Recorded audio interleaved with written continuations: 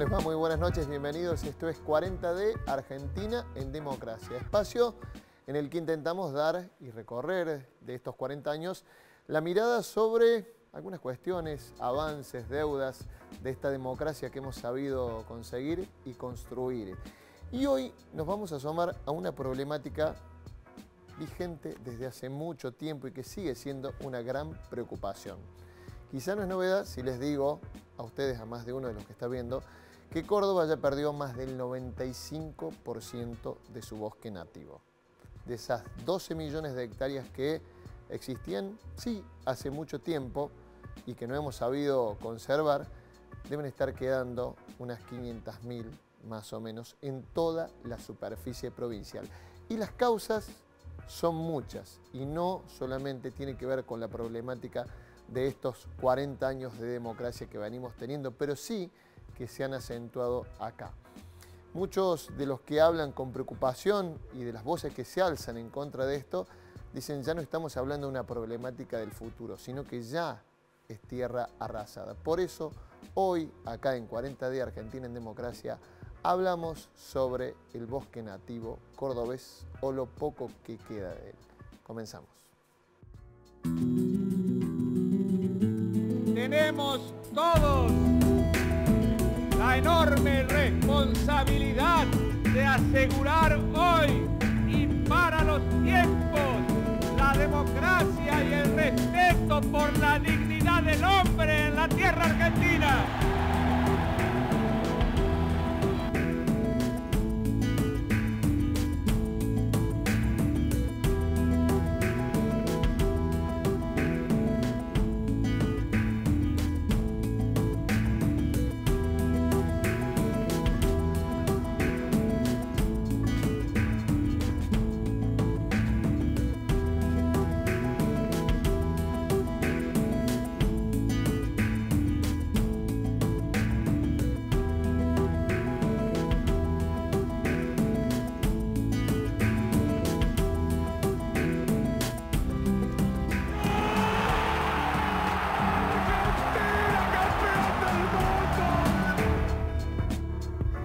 Y abrimos nuestro espacio con nuestros tres invitados de hoy. Decíamos, vamos a hablar sobre el bosque nativo cordobés, lo que ha pasado en este último tiempo, muy reciente, pero que ha afectado mucho al bosque cordobés, o lo poco que queda de él, decía yo, y pueden coincidir o no, los invitados creo que coinciden en eso.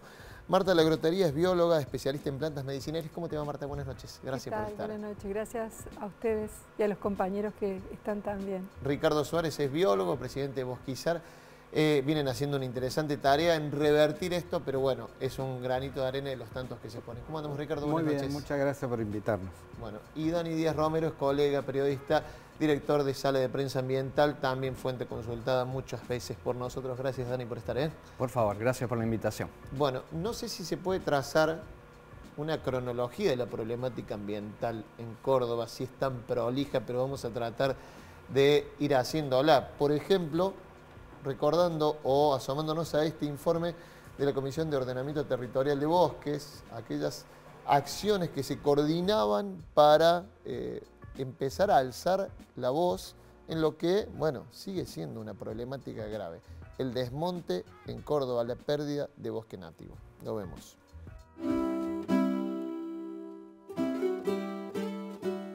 La gran deforestación en la provincia de Córdoba empieza, podemos decir, en la década del 60, pero a partir de los 90, con la introducción de una tecnología nueva que es la siembra directa y la tecnología también de semillas modificadas genéticamente, que en particular con el cultivo de soja, prácticamente en los últimos 15 años se ha acabado con el patrimonio natural de los cordobeses y de la Argentina. Haber perdido la superficie que perdimos de bosque, más del 90%, ha generado en nuestra provincia aproximadamente un 25% de desertificación, es decir, que tenemos un cuarto prácticamente de la provincia de suelos improductivos, suelos que se han perdido para la producción. Es un resumen, ¿no? Pero decía uno de las primeras personas que hablaba, de los especialistas, empezó un poco en el año 60, pero se acentuó mucho en estos años, Dani. Así es. Bueno, tenemos un momento bisagra, ¿no? Que fue el ingreso de la soja transgénica en nuestro país. En el gobierno menemista, de la mano de Felipe Solá, que en aquel momento era ministro de Agricultura de Carlos Menem, ¿no? ¿Es como que ahí ves la bisagra? Ahí yo creo que sí, porque no solamente en Córdoba, sino en todo el país, la frontera agrícola desmesuradamente y racionalmente se empieza a extender, ¿no? Ricardo. Bueno, yo, la cronología de los bosques en Córdoba siempre han sido desmontados en distintas décadas, y esto uno lo empieza a observar porque el campesinado fue el que protegió después de la última desmonte que hubo masivo en el norte de Córdoba, por ejemplo. El campesino fue el que se instaló en ese lugar que ya no tenía valor y empezó a recuperar. Estamos hablando de que los trenes, cuando empezaron a tener el ferrocarril, empezaron a desmontar masivamente porque, bueno, el uso de la leña en Buenos Aires, en Rosario, en distintos lugares donde no había leña, lo sacaban de esos lugares donde pasaba el tren. Y hoy y los conflictos que hoy tiene el campesinado por las tierras que quiere sostener de hace más de 100 años, es parte de ese gran desmonte que hubo antes y que fueron abandonadas, ¿no? Ahora, tenía una dinámica diferente. Vos decís, marcás el momento en donde empieza el paso del ferrocarril, el desmonte por leña, pero había, digamos, un... Y por exportación también de claro. ese material. Estamos hablando de también exportar tanino. Acá el fundador del Zoológico de Córdoba, uno de sus grandes trabajos fue trabajar en los ingenios de desmonte por quebracho para vender no solamente el poste, sino también los taninos, y ahí comenzó con su trabajo sobre la serpiente, porque ¿a quién picaban las serpientes? A los trabajadores del monte. Entonces esto es algo que viene de hace muchos años, se recuperó por los años que pasaron para recuperarse, y al volver a tener esa bisagra nueva de tecnología para producir nuevamente, volvemos a desmontar, sin ningún tipo de control hasta, bueno, no voy a adelantar, pero decimos que hubo una bisagra con la ley del bosque, ¿no? Que hay también una bisagra de protección, digamos. Empezamos a pensar de otra forma, porque antes se hablaba solamente de bosques, de árboles, perdón. Claro, en momentos también en donde, Marta, el modelo productivo era otro, digo, lo marca Ricardo, bueno, había desmonte por tala, pero algunos lugares lograban recuperarse, digamos, porque no eran tapados, por ejemplo, con la expansión de la frontera agropecuaria, ¿no? Sí, yo te puedo decir un poco de lo que es mi actividad desde el año 84. Estoy viendo ahí los números, 83, 23. Yo empecé a trabajar con plantas medicinales y aromáticas de alta demanda comercial en toda la zona central de Argentina. Se desarrollaron proyectos de diferentes alcances en su momento, pero alcance porque inclusive la Comunidad Económica Europea también estuvo ligada a algunos proyectos que desarrollamos, y algunas universidades del extranjero también. Yo en lo particular, que coincido plenamente con la deforestación y la falta de control, creo que la ley también llegó tardísimo. En el caso donde yo trabajaba más específicamente, que es en Tras las Sierras, mi preocupación fue de inicio ver cómo es que se recolectaban las plantas medicinales y aromáticas, quiénes lo hacían, cuál era la modalidad, cuánto les pagaban a los recolectores, quiénes eran los que iniciaban la cadena comercial. Y yo como bióloga, que no tengo ningún tipo de, no tenía ningún tipo de conocimiento al respecto, empecé a darme cuenta la importancia de la demanda y del consumo. Ya hablemos de la soja, que en algunos casos, o en la mayoría de los casos, no es para alimentación humana. En el caso de las plantas medicinales y aromáticas, que nosotros en Córdoba en particular tenemos una flora riquísima y de una grandísima diversidad, o teníamos en realidad. Bueno, yo lo que veo es que nosotros hoy debemos tener en plantas medicinales y aromáticas, algo así como el 1% de lo que teníamos hace un tiempo, ¿no? O sea, no sé, a partir del 84 es cuando yo más o menos empecé a hacer estadísticas, a trabajar. Creo que hemos perdido muchísimo, porque vos perdés árboles que son medicinales. Vos estás diciendo que perdimos casi el 95, 95 98% de la diversidad de plantas medicinales y aromáticas. Tenemos un problema muy serio, porque no hablemos solamente de la deforestación por producción, la deforestación porque se gana tierra para emprendimientos urbanos muy mal planificados, en absoluta desertificación, porque no se programan tampoco los emprendimientos urbanos con una parquización lógica que permita que se absorba agua, que armen, digamos, ambientes urbanos vivibles, respirables, buenos para una familia armoniosa. Todo es como muy agresivo, estamos perdiendo todo, estamos perdiendo hasta la conciencia de para qué sirve un árbol, para qué sirve un arbusto, qué son las plantas medicinales y aromáticas que, según la Organización Mundial de la Salud, es el primer auxilio y la primer medicina doméstica. Quédate ahí porque ya vamos a volver al tema. Digo, el dato que das en consonancia con la pérdida del bosque nativo, pero digo, perder la diversidad, digamos, y sus consecuencias, la verdad que preocupa y mucho. Lo marcabas recién, Dani, cuando empezabas, de dónde veías el punto bisagra, y justamente era en el cambio del modelo de producción en la Argentina. La manera en que la soja transgénica y el paquete tecnológico se aprobó y se puso en marcha en Argentina y el avance que tuvo. Vamos a repasar ese momento. 1996. Entrevistas posteriores que dio quien era, después fue gobernador de la provincia de Buenos Aires, pero en ese momento era secretario de Agroindustria del gobierno de Carlos Menem, secretario de Agricultura del gobierno de Carlos Menem, hacía la aprobación. Años después hablaba sobre esta problemática en una entrevista que le hacían y esto respondía. Felipe Solá.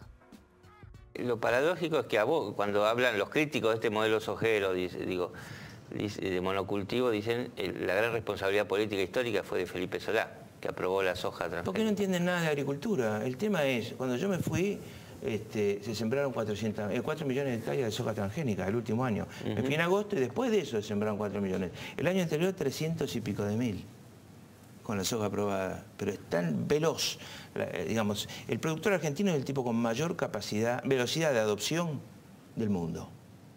A Dios gracias. Porque a eso aposté yo cuando fui secretario de Agricultura. ¿Y entonces cuál fue el problema? Tomé 26 millones de toneladas y me fui con 66. Y ese año que me fui, después me fui en agosto, en noviembre se empezó a sembrar mucho más de soja transgénica. Y después llegó a los 20 millones de hectáreas. La pregunta es que dormimos en los laureles, entonces dejamos de hacer política agropecuaria. Absolutamente. Esta es una entrevista que da Felipe Solá, recordemos, que era secretario de Agro del gobierno de Carlos Menem, cuando se aprueba el paquete tecnológico, pero defiende un poco su política y dice un poco más, no era el problema el paquete tecnológico que ingresaba, sino el control que hubo después. ¿Cómo lo analizás? Sí, yo creo que Felipe Solá, más allá de los argumentos que intenta esgrimir, digo, no es la intención centralizar en una persona, pero digo, claro, fue una política de Estado, ¿no? Terminó transformando a la Argentina en un país soja dependiente, ¿no? En un país cuya producción era el monocultivo de soja. Expliquemos un poco qué es lo que se aprueba en ese 1996 que ingresa como modelo productivo, Dani. Justamente lo que mencionabas vos, este paquete tecnológico en donde entra la soja transgénica, ¿sí? Y de la mano de eso el Roundup, ¿no? Y esa fue la puerta de entrada para los agrotóxicos que hoy podemos escuchar nombrar muy a menudo, que tiene que ver con pueblos fumigados y demás. La soja, la plantita pobre, no tiene la culpa de todo lo que vino por detrás, ¿no? Porque si le sumamos el drama de las fumigaciones, de pueblos fumigados, que no se están tomando en serio desde hace décadas en nuestro país ni en nuestra provincia, De la mano de eso vino también la avaricia de los grandes pools de siembra, donde necesitaban tierras, ¿no? Y esas tierras, en muchos casos, eran bosques. Cambia también, digo, en este cambio del modelo productivo, cambia también, bueno, esto que decís, ya no hablas de pequeños productores, sino ya hablas de grandes pools de siembra. Digo, porque acompaña también el momento económico de los 90 en la Argentina, ¿no? Sí, tal cual. El campo, como se lo denomina, normalmente, bueno, el campo no existe, son muchos campos los que hay. Claro. Estos pools de siembra son especuladores, financieros, que no son gente de campo ni mucho menos. Atenderán sus teléfonos de sus oficinas de Miami diciendo siembren, fumiguen, vendan, arrenden. No tiene nada que ver con un criollo que se levanta a las 5 de la mañana a ordeñar vacas o a cosechar trigo, ¿no? Estamos hablando de grandes empresarios donde la producción de soja está muy concentrada en nuestro país desde hace muchos años y lamentablemente no podemos salir de ese modelo sojero, ¿no? Ricardo, bueno, vos ves la bisagra también ahí en esa entrada de ese paquete tecnológico. Sí, pero el problema tampoco es el paquete tecnológico, hubiera otro tipo, si hubiéramos, cuando arábamos no hacíamos las cosas bien tampoco. Antes de que entrara este paquete tecnológico. Modelo, solamente que este modelo generó mucho más riqueza. ¿Sí? Estamos hablando y por ende más expansión más de esa expansión, frontera. Entonces al haber más plata, había más posibilidades de expandir esto, ¿no? Recordemos que los inventores de este modelo somos los argentinos, ¿no? La siembra directa es un modelo argentino, ¿sí? El Roundup no, pero el sistema es propiedad argentina. Y esto fue generado para que no haya erosión. Lo que pasa es que íbamos a tener la misma cantidad de producción que arando, con menos erosión, pero bueno, después vinieron algunos y dijeron, che, qué buen invento, y podemos empezar a vender químicos, tanto nutrientes como químicos para matar malezas, digamos, ¿no? Y ahí comenzó, pero es por eso quería llegar que esto es un problema financiero, digamos, de lobby financiero. Acá nosotros no estamos produciendo alimentos, sino estamos produciendo dinero. Y es lo que se muestra, porque dicen, producimos para 400 millones de personas, pero el hambre del mundo no se acaba, pues no somos los únicos que producimos eso. Brasil produce otro, Estados Unidos produce otro, sabemos que con esta guerra de Ucrania y Rusia era la cantidad de alimentos que producían, y el hambre no se acaba. ¿Por qué? Porque lo que se produce es para dinero. Y es lo que está haciendo, ¿no? Y esto se hacía antes, se hace ahora, pero ahora produce mucho más dinero. Va un momento también. Quédate ahí, no cierres la idea porque abrimos el otro bloque con eso. Me tengo que ir a una pausa, pero es más que interesante esto que estás diciendo, ¿no? Digamos, cómo cambia la forma de producción acá y la manera en que eso hace, bueno, las consecuencias que ya sabemos, expansión de la frontera agropecuaria, más y más y más producción, ¿para qué? Esa sería un poco la pregunta. Pausa en 40D y ya seguimos.